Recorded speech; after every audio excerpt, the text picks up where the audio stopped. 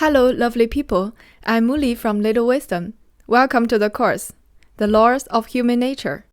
Today, we are going to talk about the law of narcissism.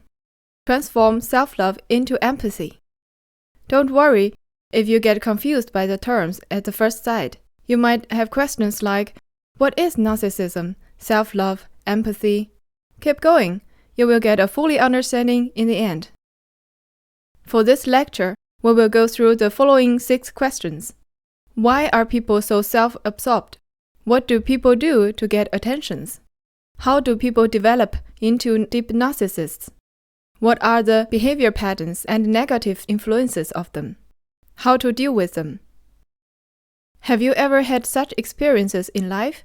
For example, you had a wonderful holiday in Spain, and when you come back, you want to share your traveling experiences with a friend. You start with a few sentences about your trip. Then the friend you talk to immediately tries his best to turn the conversations to him.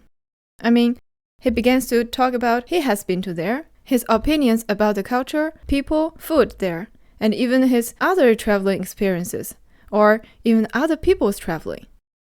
Then you have to try so hard to interrupt him and drag your topic back. But no matter what you say, it seems like he has no interest in your traveling, only interested in talking about himself and what he knows. You feel yourself like a being used by him to be filled with his ideas and opinions.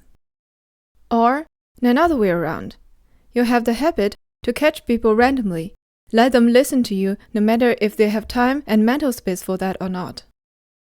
Anyway, you might begin to wonder why people nowadays become so selfish and self-absorbed.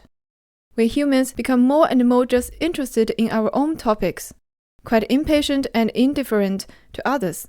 High-quality listening is so rare these days. Why that? We are social animals to the core.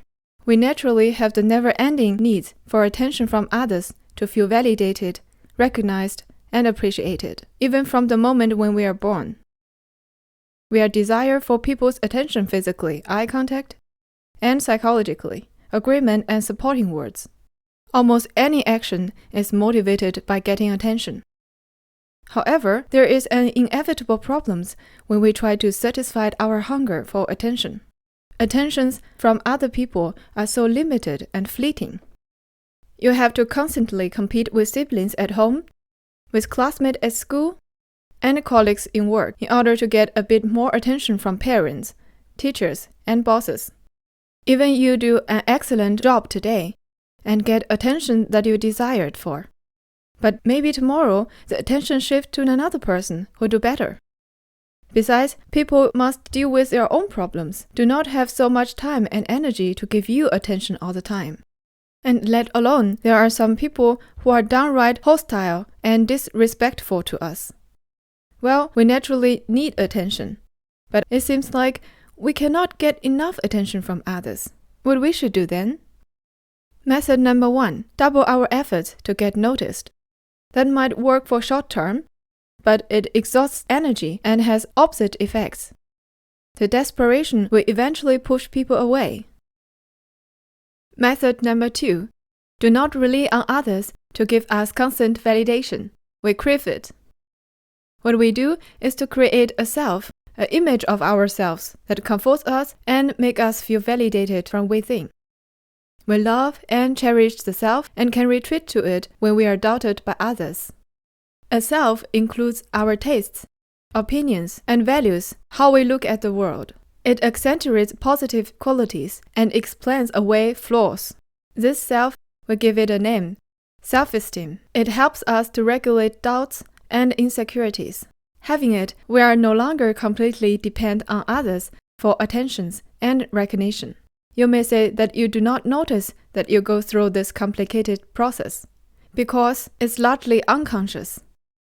The rounded and rooted self is usually constructed when we are 2 or 5 years old. At that age, we slowly separate from mother and cannot get instant gratification from her. We begin to realize that we are alone, not depend on parents for survival, especially when we start to go to kindergarten. We have to leave mom for at least half day and face the new environment alone. Good and responsible parents encourage us in our first efforts at independence. They validate our needs to feel strong and recognize our unique qualities. The self takes roots and slowly builds upon it.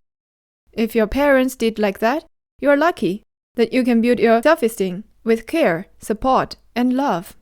But some people could not make it or fail to do it properly. They have no true self to retreat, no realistic self-esteem. They are completely dependent on the attention from others to feel alive and worthy. We call these people deep narcissists. Let's have a look at how people develop into deep narcissists step by step since early childhood. The following two types of parents are the roots. Firstly, abandonment parents. The parents are deep narcissists who are too self-absorbed to acknowledge the child, too indifferent to encourage their early effort at independence. The child doesn't feel loved but abandoned. Second type, enmeshment parents. They tend to be over-involved in the child's life, use it as means to validate their own self-worth. Simply speaking, they give child no room to establish a self. Grow up in such kind of families, the extrovert child is vivacious and exciting. He or she is a master at attracting notice and monopolizing attention. People around might consider that as a sign of future social success, but underneath, he or she becomes addicted to attention. If the child is an introvert, he or she is prone to retreat to a fantasy and unrealistic self, and feel quite superior to others. But deep inside, there are great self-doubts and self-loathing. When the child grows into young adult, the extrovert constantly attracting attention to feel alive and appreciated, he or she becomes more dramatic, exhibitionistic, and grandiose. Because people around are tired of their dramas, they have to change friends and scenes to have a fresh audience. Introverts falls deeper in the fantasy self.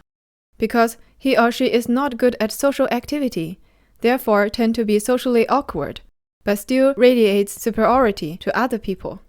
Drugs, alcohol, or other form of addiction becomes his or her tool to soothe the doubt and depression. Now, let's have a look at the behavior patterns of deep narcissists. Because they fail to construct a self, which is also called a self-image, to soothe their insecurities and validate their worth. When they are insulted or challenged, they react with great rage. They are full of a sense of righteousness and thirsting for vengeance. They like to position themselves as a victim and try to draw sympathy.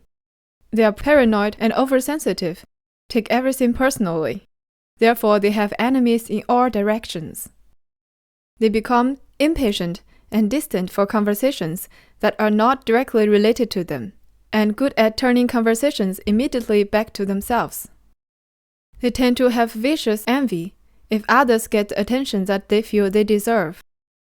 They are prone to display extreme self-confidence, which is not truly put to test, and use it to cover up the inner emptiness and fragmented sense of self. They tend to see other people as extension of themselves, which is also called self-objects. For them, people exist as instrument for attention and validation. If they do not get enough attention from people, they are masters at turning the table and making people feel guilty for that. They need constant attention and feeling of superiority. Therefore, their desire to control people.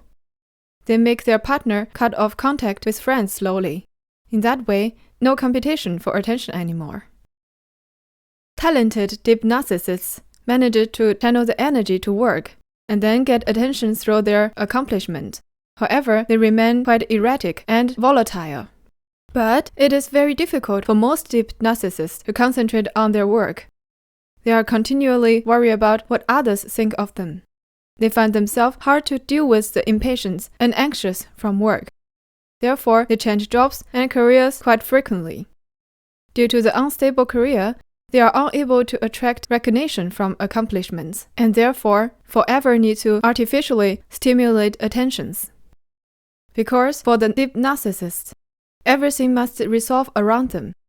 They enjoy entangling people in their never-ending dramas, and they have the talent to make people feel guilty if they do not pay attention to them.